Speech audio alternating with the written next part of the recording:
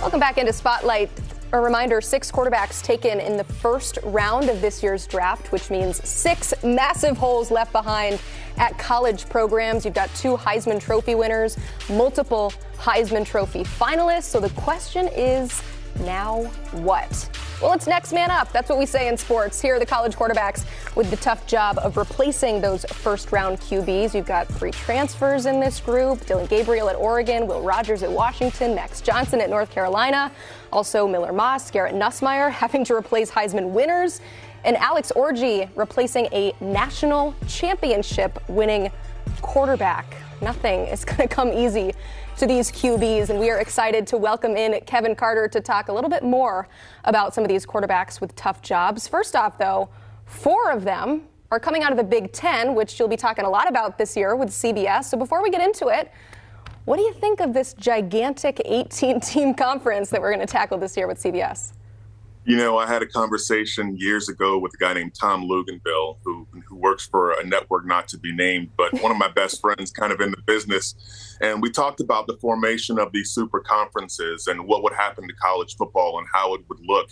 The landscape changes dramatically, but if you're not part of one of these super conferences that has 16 to 18 to possibly 20 teams going forward, then your team is left out in the cold. Your program falls behind in terms of the arms race and keeping up and creating those factions, that extension of your athletic association that serves as a marketing department for the NIL deal to attract the players necessary to come to win championships. So this is something that we saw coming a long time ago, and I think it's great for college football. I mean, players getting paid, the money, the aspect, it's really brought, and that combined with the transfer portal has really brought seemingly free agency to college football. And, the idea, the prospect, what we're going to talk about in this segment, retooling your team in one offseason, positioning them to win a championship when they didn't have the chance a year ago is really exciting, and it really serves the parity of college football. It's a perfect lead-in to the first team we're going to kick off this segment with, being Oregon. Dillon Gabriel replacing Bo Nix, coming in from Oklahoma, UCF. Before that, he is the Heisman favorite, and things are on his side as 5 of the last 7 Heisman Trophy winners were transfer quarterbacks. So it has happened before, and it will happen again. But what are your expectations for Gabriel this year? Look, he's replacing Bo Nix, the highest completion percentage in college football last season, 77.4%, 51 total touchdowns, 45 passing, and only 3 interceptions. I think Will Stein, the offensive coordinator, did a masterful job with the implementation of this offense. So this team, the cupboard is by no means bare. So there's tools around him. You insert the perfect replacement, in my opinion. Dillon Gabriel absolutely tore it up at UCF, Oklahoma for the last 2 seasons, 42 total touchdowns, 3,700 yards passing, and nearly 70% efficient. He's experienced, he's poised, he's polished, and he's able to make every throw in this Ducks offense, which is going to need it heading into the Big Ten. He is 27 touchdowns shy of breaking the overall FBS record for most total touchdowns. Certainly helps that you get to play a lot of college football these days. Let's go to USC. Miller Moss replacing Caleb Williams. He was just named the starter on Tuesday. What should we expect to see from the Holiday Bowl MVP? Man, look, first of all, Caleb Williams, the number 1 pick in the draft this past April, 41 total touchdowns, 3,600 passing yards, only 5 interceptions, Heisman winner in 2022. Does Lincoln Riley have the Midas touch when it comes to replacing quarterbacks, or do the best quarterbacks just magically seek him out for his whispering wisdom? I don't know, because it looks like he has another one in Miller Moss.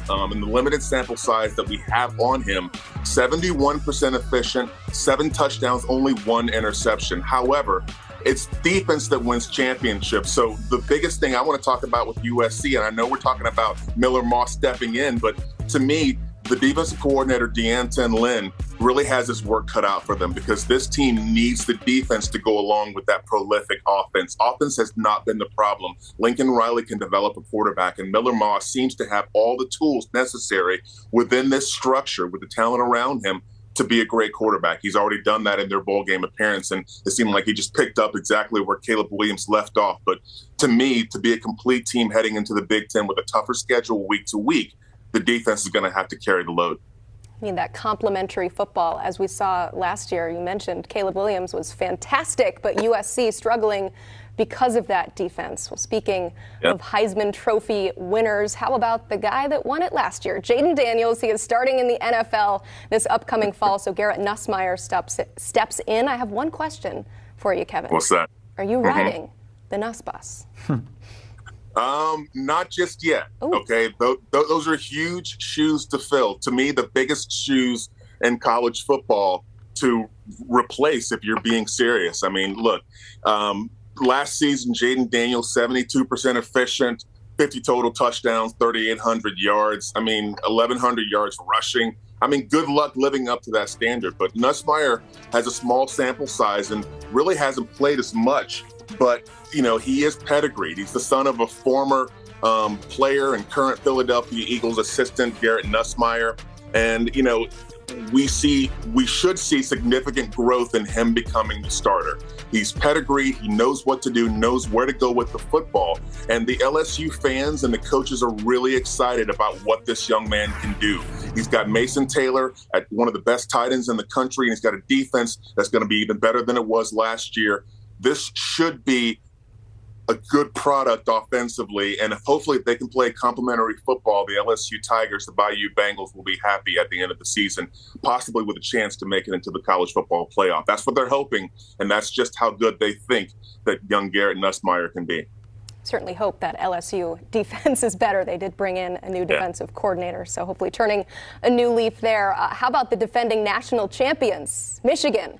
Alex Orji, we're penciling him in as the starter right now, replacing J.J. McCarthy. They have not officially named a starter. I still want to mention that Davis Warren is battling for that job. But for the most part, whoever these guys are, we'll stick with Orji here. Largely unknown to the general college football community. So what do we need to know about him? A lot of changes in the wake of the Maize and Blue winning it all last season. I mean, Sharon Moore takes over as full-time head coach. Alex Orji replaces J.J. McCarthy. Not an easy task, right? Because this offense that Michigan ran, you know, they dominate the line of scrimmage. Typically, that's their MO. And McCarthy only had 2,900 yards and 22 touchdowns, but he was amazingly efficient when he had to be a quarterback. 4 interceptions and 72%. Look, we can't expect a similar efficiency from someone who hasn't thrown a pass in college football, and the Wolverines will look different on offense. I look for them to try and continue dominating the line of scrimmage and on both sides of the ball, but I think Orji will accentuate what Michigan does best, and that's run the football. No Blake Corum in the backfield, but Donovan Edwards returns as they look to seek their advantage that they have, you know, returning a bunch of offensive and defensive linemen and trying to sum up and shore up and take that advantage that they have. I think they might have a chance to be relative in a championship discussion if they can bring something to the field that can manufacture offense. There's just not a lot to go on in terms of Alex Orji taking over because, like I said, he's run the ball effectively thus far in packages here and there, but we haven't seen him throw a pass in college football yet. All right, let's finish here. North Carolina, it's a battle right now between Max Johnson and Connor Harrell for the right to replace Drake May. And then up in Washington, Will Rogers replaces Michael Penix, and somehow the Huskies have to replace that entire offense. So overall, looking at those two positions, what stands out to you at North Carolina and Washington? Well, the thing about Washington, they've got a tall task. I mean, when you lose your entire staff, I mean, Kalen DeBoer brought everyone with him, you know, from Indiana and really employed a lot of his friends. And then when he left, he took everyone with him out the door. So, you know, you've got new things going on in Washington in terms of, you know, how they're going to just replace and what they're going to do. But when you look at, you know, who can take the place of, you know, what they're going to do, that's the tall order. I mean, look, Will Rogers, to me, you know, familiar with the air raid offense from Mississippi State, but didn't have a great season last year. But in terms of how this Washington team has been built, what they've put on the field, having a quarterback that can correctly diagnose and deliver the football on time, this seems to be a tailor-made relationship. Will Rogers, if you think back to a couple of years ago, absolutely tore it up in that air raid offense for Mike Leach there in Mississippi State. He was the guy that could make this offense work. I mean, runs that are light passes, a whole lot of passing, a lot of intermediate short passing, and a lot of ball control with the passing game. So he should fit into what they're trying to do at Washington. They're a little tougher along the line of scrimmage from where he's coming from, I think, and that will aid in him having the protection to do what he has to do. But that's largely an unknown as well. He has certainly thrown a lot of passes. He is the SEC record holder in completions. He's Kevin Carter. Thank you so much for being here. We appreciate it. And hey, before week 1, don't forget, it's the soft launch to the college football season. Week 0, new ACC member. Do not forget SMU at Nevada out of the Mountain West. You can watch that game this Saturday at 8 o'clock right here on CBS Sports Network.